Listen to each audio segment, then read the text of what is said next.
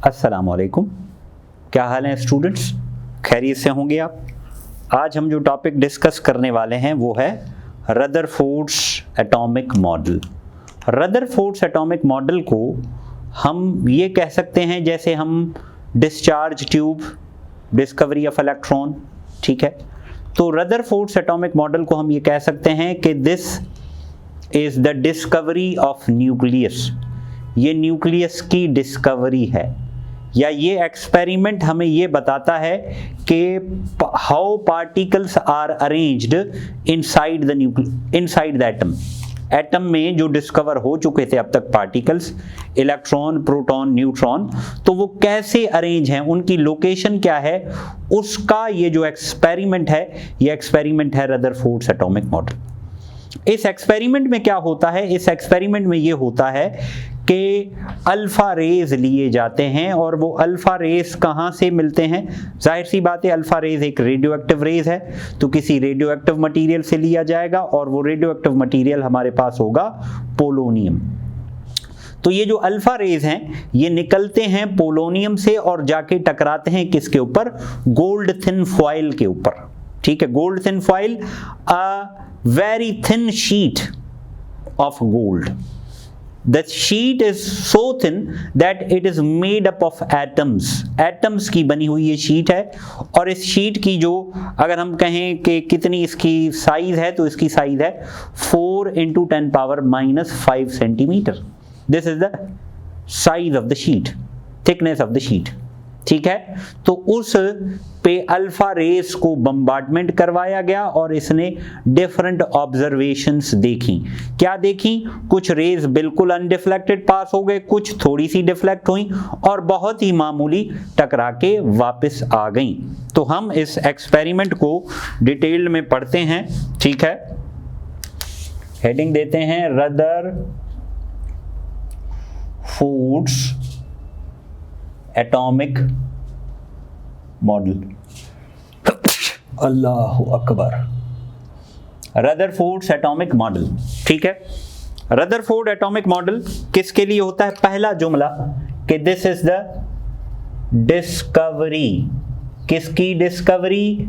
Of nucleus. Nucleus की discovery है, ठीक है।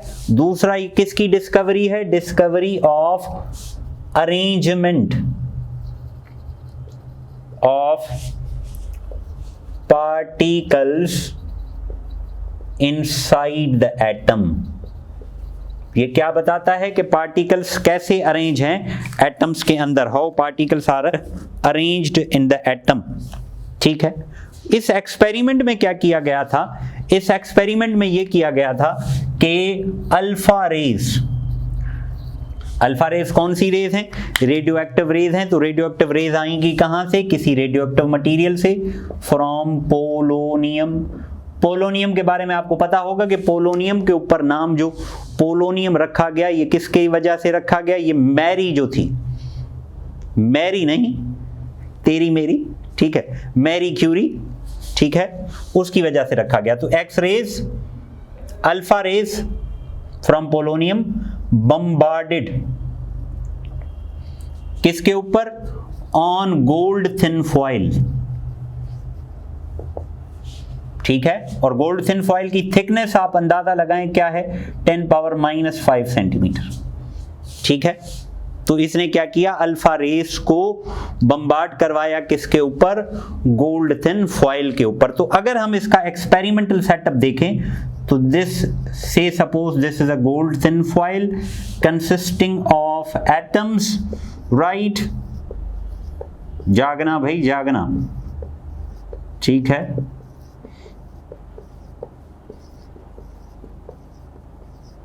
और यहां पर एक स्क्रीन लगाया गया, और उस स्क्रीन पे क्या था? This screen was coated with zinc sulphide, ZnS, ठीक है। ZnS ऐसा मटेरियल है, और यहाँ पे हमारे पास एक समझ लो लेड ब्लॉक था, और उस लेड ब्लॉक के अंदर हमारे पास क्या था? पोलोनियम, और पोलोनियम से यहाँ से हमारे पास क्या निकला? अल्फा रेज, और अल्फा रेज जाके टकराई किसके ऊपर? इस गोल्ड थिन फॉइल के ऊपर, ठीक है। तो इसकी ऑब्जर्वेशंस क्या थी? ऑब्जर्वेशंस नोट कर लिया ये एक्सपेरिमेंटल सेट, ठीक है। इसकी ऑब्जर्वेशंस थी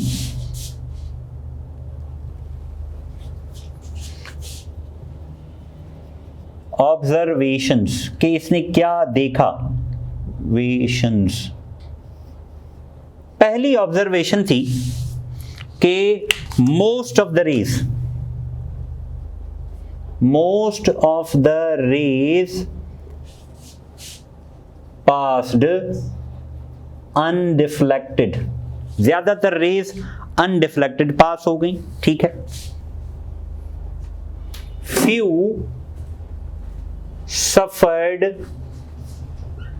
minimum deflections, कुछ ने थोड़ी डिफ्लेक्शन देखी, और क्या है? वेरी फ्यू बाउंस्ड बैक, और वेरी फ्यू बाउंड बैक में याद रखो 1 आउट ऑफ 8000 ये एक फिगर दी गई है, ठीक है, बाउंस्ड बैक, ठीक है। अब देखें कि ये 3 ऑब्जर्वेशंस हैं भाई, ज्यादातर पास हो गई, थोड़ी सी टकरा के वापस आई, बहुत ही कम, 1 आउट ऑफ 8000 आप निकालेंगे तो बहुत ही कम परसेंटेज है। तो इसने क्या कंक्लूजन दिए?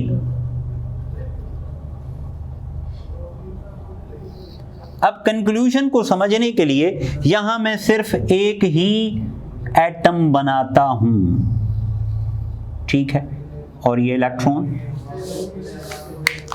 तो यहां से मैं 3 रेज गुजारता हूं, एक यूं, दूसरी यूं, तीसरी यहां से समझ लें यूं, ठीक है।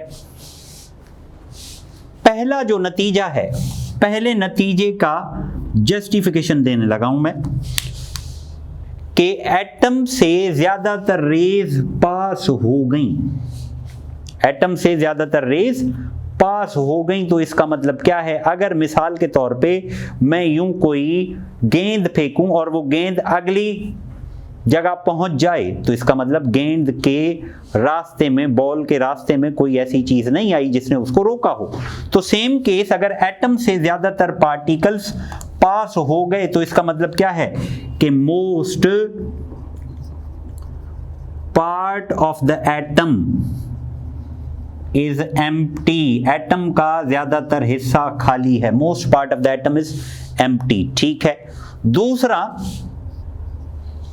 कि ये टकरा के वापस आई। अब यहां एक मैं जुमला कहूंगा जो आपको हैरान भी करेगा, परेशान भी करेगा, ठीक है, लेकिन घबराना नहीं है, राइट। क्या वो जुमला था? ये जब टकरा के वापस आया तो he was surprised as well as shocked.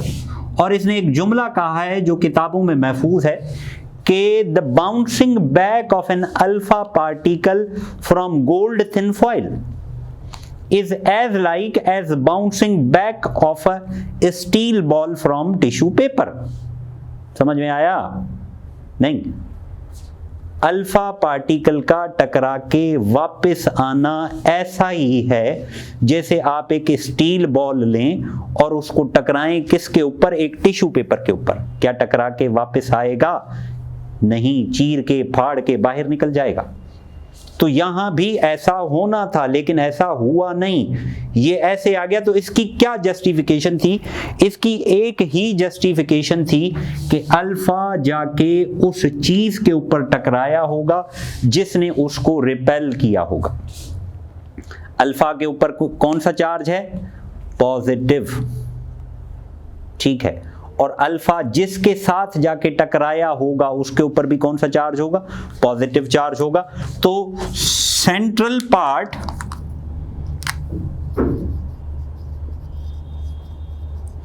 Of an atom is positively charged, ठीक है। सेंट्रल पार्ट एटम का क्या है? पॉजिटिवली चार्ज्ड है। where the entire mass is concentrated जहां सारा मास कंसंट्रेटेड है, विच ही नेम्ड, सबसे पहले जो न्यूक्लियस का नाम यूज हुआ, विच ही नेम्ड एज न्यूक्लियस, ठीक है, जिसको इसने किसका नाम दिया, न्यूक्लियस का नाम दिया। इसीलिए तो हमने एक्सपेरिमेंट में कहा था कि ये एक्सपेरिमेंट हमें क्या बताता है, डिस्कवरी ऑफ न्यूक्लियस, ठीक है। यहां से इस पार्टिकल के टकरा के वापस आने से 3-4 बातें पता चलती हैं। पहली बात ये पता चलती है कि centre is positive. If centre is positive it means it contains only a positive charge. कौन सा पॉजिटिव चार्ज, सिर्फ प्रोटॉन होगा इसके अंदर, ठीक है, पहली बात। सेंटर इज पॉजिटिव, इससे यह पता चलता है कि it does not contain electron. Centre अगर पॉजिटिव है तो इसका मतलब यह है कि इसके अंदर इलेक्ट्रॉन नहीं है। अगर इलेक्ट्रॉन इस सेंटर के अंदर होता तो इसका चार्ज पॉजिटिव नहीं होता, क्या होता, नेगेटिव नहीं, न्यूट्रल होता, ठीक है। तो सेंटर इज पॉजिटिव से 2 बातें पता चली, proton is in the centre, electron is not in the centre, ठीक है। दूसरी बात, फैसला हो गया कि प्रोटॉन इस न्यूक्लियस में है, इलेक्ट्रॉन इस न्यूक्लियस में नहीं है, न्यूक्लियस के बाहर है, ठीक है।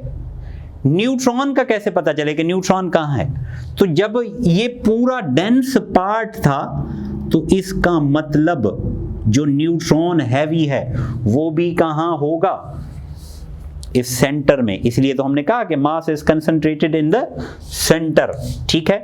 तो अब हम कहते हैं कि इलेक्ट्रॉन्स आर इन द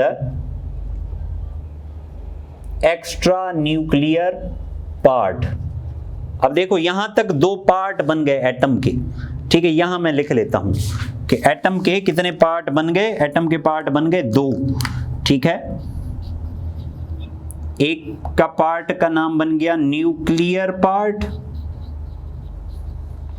दूसरे का नाम बन गया extra nuclear part. Nuclear part में क्या है, प्रोटॉन और न्यूट्रॉन है, एक्स्ट्रा न्यूक्लियर पार्ट में क्या है, इलेक्ट्रॉन। ये समझ लो समरी हो गई इस पूरे की, ठीक है। तो electrons are in the extra nuclear part,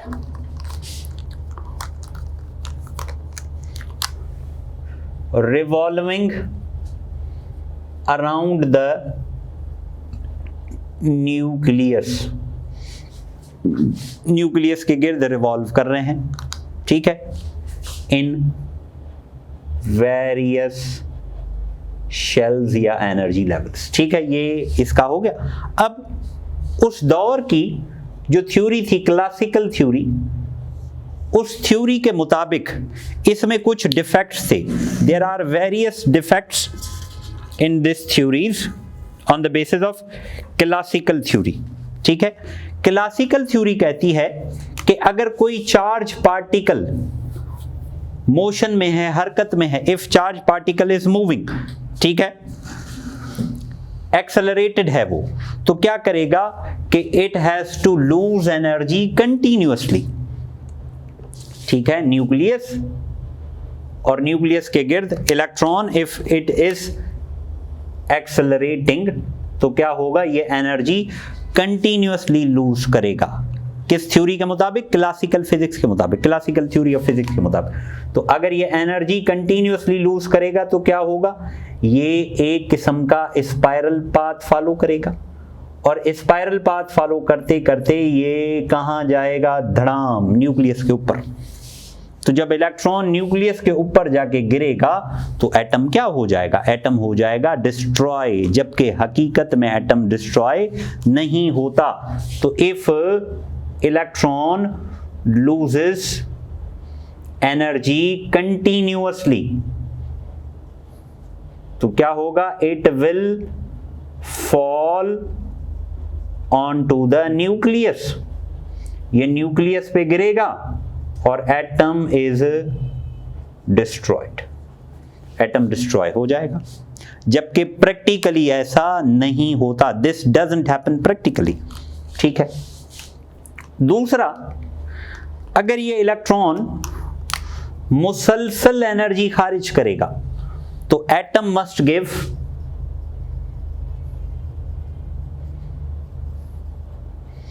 continuous spectrum. Atom को कौन सा स्पेक्ट्रम देना चाहिए? Continuous spectrum. लेकिन प्रैक्टिकली या इन रियल सेंस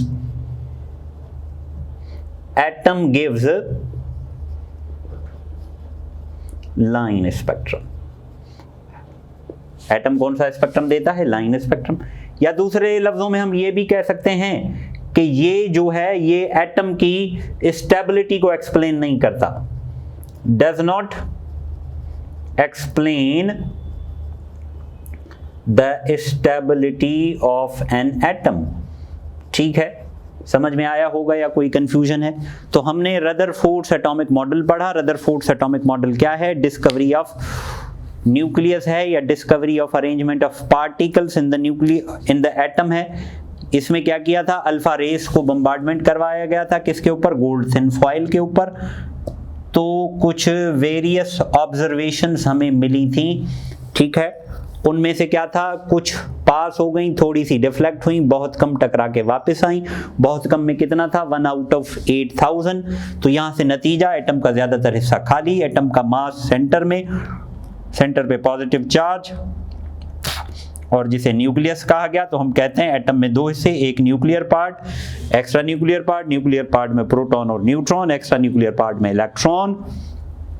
इलेक्ट्रॉन घूमते रहते हैं। तो उस दौर में इसके ऊपर कुछ ऑब्जेक्शंस लगी अकॉर्डिंग टू क्लासिकल फिजिक्स। इस थ्योरी के मुताबिक अगर कोई चार्ज पार्टिकल एक्सेलरेट होगा तो वो एनर्जी मुसलसल लूज करेगा, और इलेक्ट्रॉन मुसलसल लूज करके कहाँ जाके कोलाइड करेगा? एटम के न्यूक्लियस पर, और एटम क्या हो जाएगा? डिस्ट्रॉय। हकीकत में ऐसा नहीं होता। दूसरा क्या है कि अगर एनर्जी मुसलसल होगी तो एटम को स्पेक्ट्रम भी मुसलसल कंटिन्यूअस देना चाहिए, जबकि हकीकत में लाइन होता है। दूसरा कि it does not explain the stability of an atom. ठीक है, आई होप आपको समझ में आया होगा। फिर हम इसके कुछ एमसीक्यूज करते हैं। तो अब हम टॉपिक से रिलेटेड एमसीक्यूज कर लेते हैं, ठीक है। अब देखिए, ये एमसीक्यूज जो मैं लिखता हूं ये वो नहीं होंगे जो मैंने आपको प्रैक्टिस शीट में दिए हुए। वहां भी देखें एक टॉपिक के राउंड अबाउट 40-50 एमसीक्यूज मैंने आपको प्रैक्टिस के लिए दिए हुए हैं, तो ये उनसे अलग होंगे। Number 1, in Rutherford's atomic model experiment, the alpha particles were produced from। Alpha particles कहां से प्रोड्यूस हुए थे? ठीक है, तो आपको याद होगा अल्फा पार्टिकल प्रोड्यूस हुए थे किससे? पोलोनियम से। ठीक है। The thickness of the gold thin foil was, gold thin foil की थिकनेस कितनी थी? 4 × 10⁻⁵ सेंटीमीटर। तो if you remember this will be the correct option. Next, Rutherford's atomic model is similar to A. discharge tube experiment, B. radioactivity, C. planetary model of solar system। ये वैसे ही उसने दिया था कि जैसे जो सोलर सिस्टम में गिर्द जो अर्थ, मून वगैरह सन के गिर्द घूमते रहते हैं, वैसे ही न्यूक्लियस के गिर्द इलेक्ट्रॉन्स घूमते रहते हैं। So that is। अगला देखें, Rutherford's atomic model is failed because, ये मैंने पंजाब टेक्स्ट से उठाया as it is, ठीक है, और ये आया भी हुआ है पास्ट पेपर्स में। Rutherford's atomic model is failed because the atom did not have a nucleus and electrons। क्या ये रीजन था? It did not account for the stability of atom। क्या ये रीजन था? There is actually no space between nucleus and electrons। ये था, या it did not account for the attraction between protons and neutrons। तो आपको याद होगा कि उसकी फेल्यूर का रीजन क्या था कि it did not explain the stability of the atom। मैंने तीसरा पॉइंट जो लिखा था। नेक्स्ट देखें, according to dash theory any charge particle if accelerated must emit energy. ये कौन सी थ्योरी थी? This was the classical theory. ये क्लासिकल थ्योरी थी, राइट। अगला देखें, the greater part of the atomic volume comprises of empty space in which electrons spin remains at rest, none of these, या revolve and spin। तो revolve and spin, ठीक है, electron revolve भी करते हैं, स्पिन भी करते हैं। नेक्स्ट सवाल देखें, Rutherford's assumptions was verified by। ये एक मेमोरी बेस्ड क्वेश्चन है, सिंपल सा, कि Rutherford की assumption को किसने वेरीफाई किया था और बाद में पता चला कि वो assumption सही थी, तो that was जेम्स चैडविक। इसने इसको वेरीफाई किया था। Next, It was found that the positive charge Ze on the nucleus Z was found to be, अब जो पॉजिटिव चार्ज था वो क्या था, nearly half of the atomic mass. Majority cases में ऐसा ही था, nearly half of the atomic mass. ठीक है, हो गया नोट, आगे चलें। Rutherford in his atomic model could not explain the behavior of which of the following, किसका बिहेवियर रदरफोर्ड अपने मॉडल में एक्सप्लेन नहीं कर सका। तो आपको याद होगा कि इशू आ रहा था इलेक्ट्रॉन के मोशन की वजह से, तो मींस ये इलेक्ट्रॉन के मोशन को एक्सप्लेन नहीं कर सका। The particles which were deflected backwards in Rutherford's, ये मैंने एक जगह कम करने के लिए एक एब्रीविएशन बनाया, रदरफोर्ड एटॉमिक मॉडल। ठीक है, वर हिट अपॉन बाय, जो पार्टिकल्स टकरा के वापस आए वो किससे टकराए थे,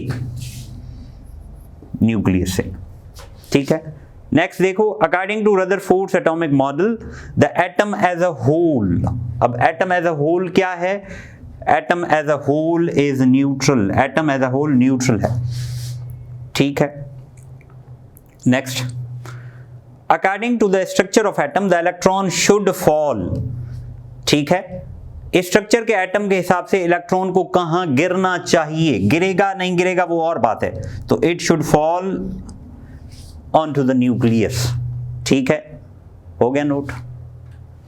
नेक्स्ट देखें, what prevents an atom from being collapsed, atom को कोलैप्स होने से क्या चीज रोक सकती है। अब देखो, एटम में न्यूक्लियस भी है, इलेक्ट्रॉन्स भी हैं, इलेक्ट्रॉन न्यूक्लियस के गिर्द घूमते रहते हैं। याद रखें, अगर ये इलेक्ट्रॉन्स घूमना बंद कर दें तो इलेक्ट्रॉन न्यूक्लियस की अट्रैक्शन की वजह से क्या होगा, डायरेक्ट जाके न्यूक्लियस पे गिरेंगे।